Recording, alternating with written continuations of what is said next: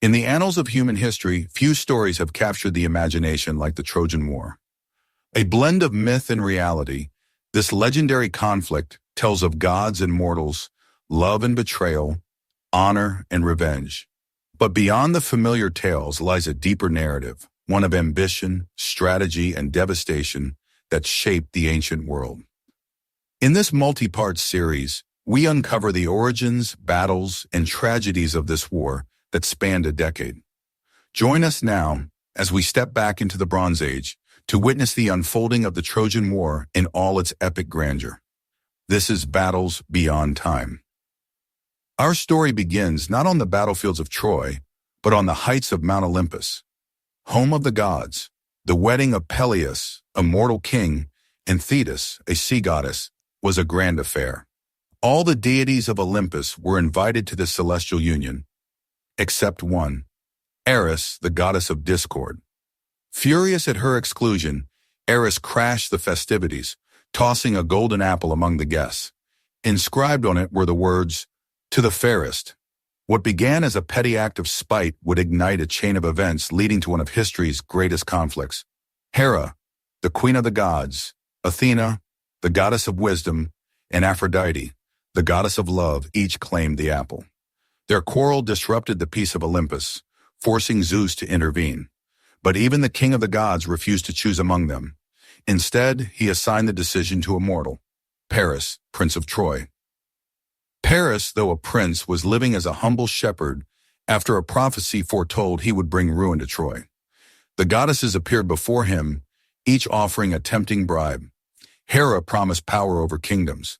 Athena offered unmatched wisdom and military prowess. But Aphrodite promised him the love of the most beautiful woman in the world, Helen of Sparta. Paris chose Aphrodite, setting destiny into motion. Helen of Sparta, known as the most beautiful woman in the world, was married to King Menelaus. Her beauty was said to rival that of the goddesses themselves, but it would soon become the cause of heartbreak and destruction. Under the guise of diplomacy, Paris visited Sparta, where he was warmly welcomed by Menelaus. But Paris, enchanted by Helen's beauty, plotted to take her back to Troy. While Menelaus was away, Paris seduced Helen and spirited her away to Troy. This act of betrayal ignited a rage in Menelaus, who sought revenge not just for his honor, but for the insult to all of Greece. Menelaus turned to his brother Agamemnon, the powerful king of Mycenae, who saw an opportunity to expand his influence. Together they called upon the leaders of Greece to honor their oaths of allegiance. Years earlier, all the Greek kings had sworn to defend Helen's marriage, and now they were bound to fulfill that promise. Among the warriors who answered the call were the clever Odysseus, the giant Ajax, and the young and fiery Achilles. Each brought their own strengths and ambitions to the coming war. The Greek armada, a force of unimaginable scale, gathered at Aulis, ready to set sail for Troy. But their journey was halted by calm seas and unfavorable winds, a sign of the gods' displeasure. The seer Calchas revealed that Artemis, goddess of the hunt, demanded a sacrifice. Agamemnon, desperate to appease the goddess, made the unthinkable choice. He sacrificed his own daughter, Iphigenia. Her death was a heavy price, but it ensured the winds would carry the fleet to Troy. When the Greeks arrived at Troy, they were met with resistance. The Trojans, led by their valiant prince Hector, fortified themselves behind the city's mighty walls. Walls said to have been built by the gods, Apollo and Poseidon. Achilles, the Greeks' greatest warrior, proved himself unstoppable in battle, striking fear into the hearts of the Trojans. Yet even his might could not breach the city's divine fortifications. Hector, a warrior of unmatched skill and honor, became Troy's greatest defender. He led daring raids on the Greek camp, holding the invaders at bay and giving his people hope. The war dragged on for years, becoming a grueling test of endurance. Supplies dwindled, morale waned, and tensions within the Greek ranks threatened to tear them apart. A bitter feud erupted between Agamemnon and Achilles, leading to Achilles' withdrawal from battle, a devastating blow to the Greek forces. With Achilles absent, the Trojans seized their opportunity.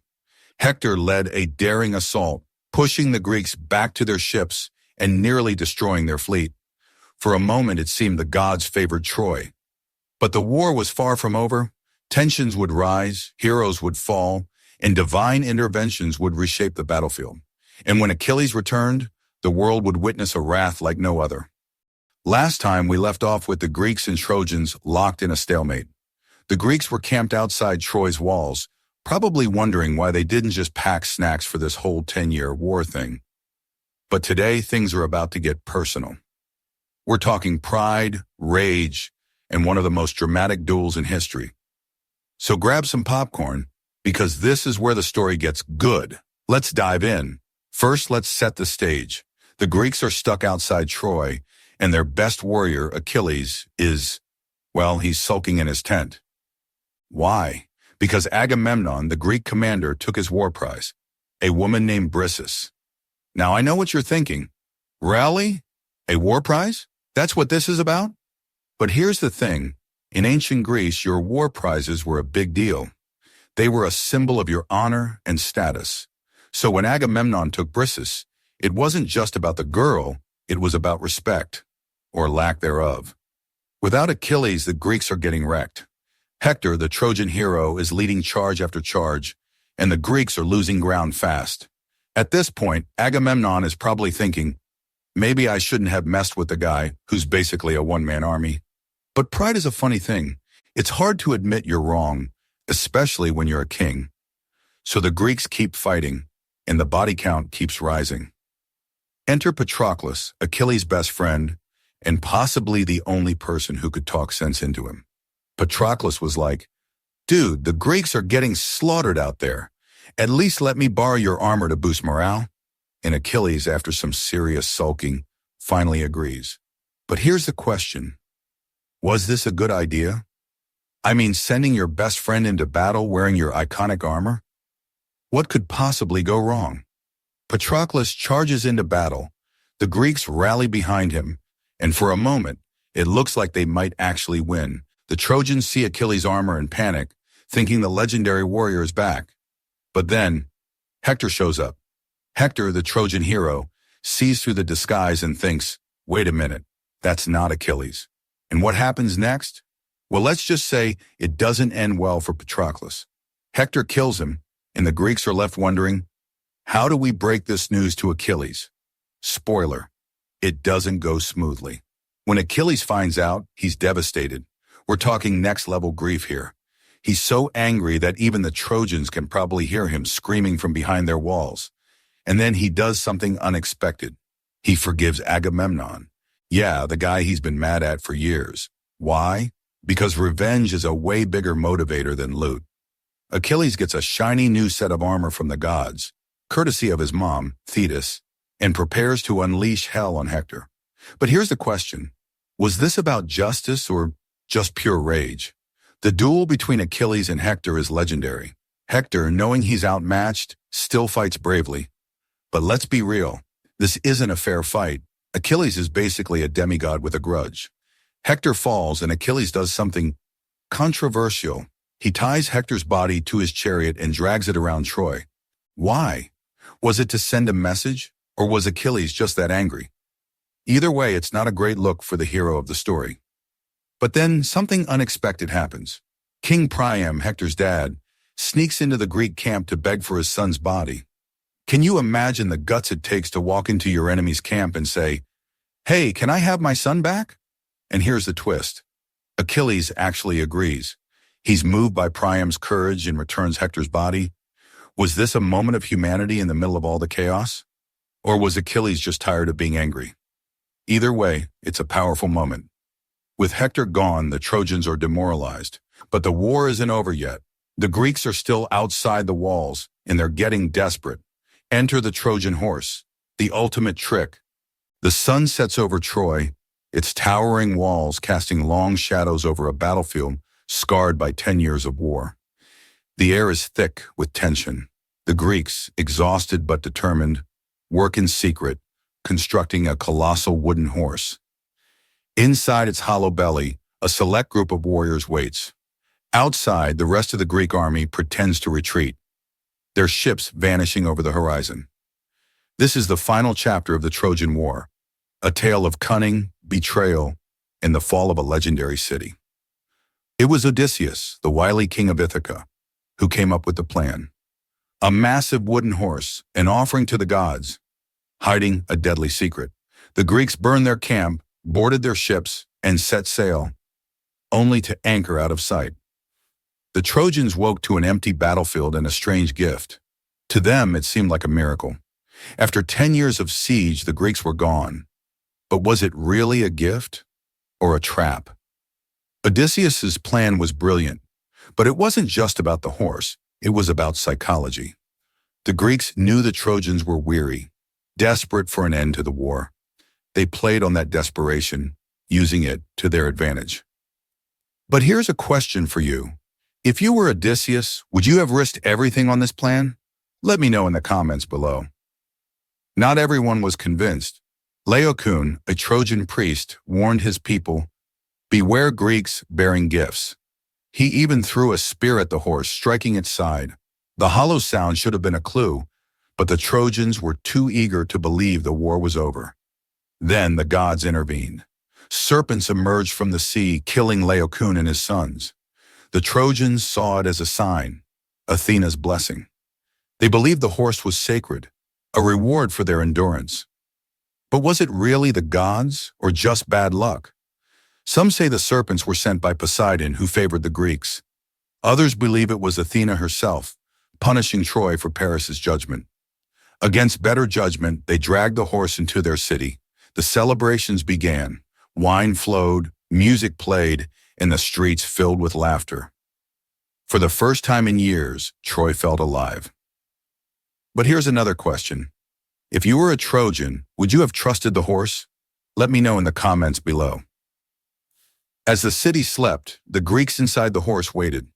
At midnight, they emerged, opening the gates for the returning army. Troy, the city that had stood strong for 10 years, fell in a single night. The Greeks stormed the streets, setting fires and cutting down anyone in their path. King Priam, who had ruled Troy for decades, was slain in his own palace. The gods who once favored Troy turned away as the city burned. But amidst the chaos, a few escaped. Aeneas, a Trojan prince, carried his father and led a small group of survivors. Their journey would later inspire the founding of Rome. And Helen, the woman who started it all, was spared by Menelaus. Whether out of love or politics, her fate was kinder than the city she left behind. The fall of Troy wasn't just a military defeat, it was the end of an era. The city's destruction marked the close of the Bronze Age and the beginning of a new chapter in history. With Troy in ruins, the Greeks returned home, but their victory was hollow. Many, like Odysseus, faced years of hardship before seeing their families again. Others, like Agamemnon, met tragic ends. Odysseus's journey home, immortalized in Homer's Odyssey, was fraught with danger. He faced storms, monsters, and the wrath of the gods. It took him 10 years to return to Ithaca, only to find his palace overrun by suitors vying for his wife's hand. Agamemnon, the leader of the Greek forces, was murdered by his wife, Clytemnestra, upon his return. His story serves as a grim reminder that not all heroes find happy endings. The Trojan War may have ended, but its echoes reverberate through history. It's a story of ambition, love, and the cost of victory. It reminds us that even the mightiest walls can fall, and that every triumph comes with a price.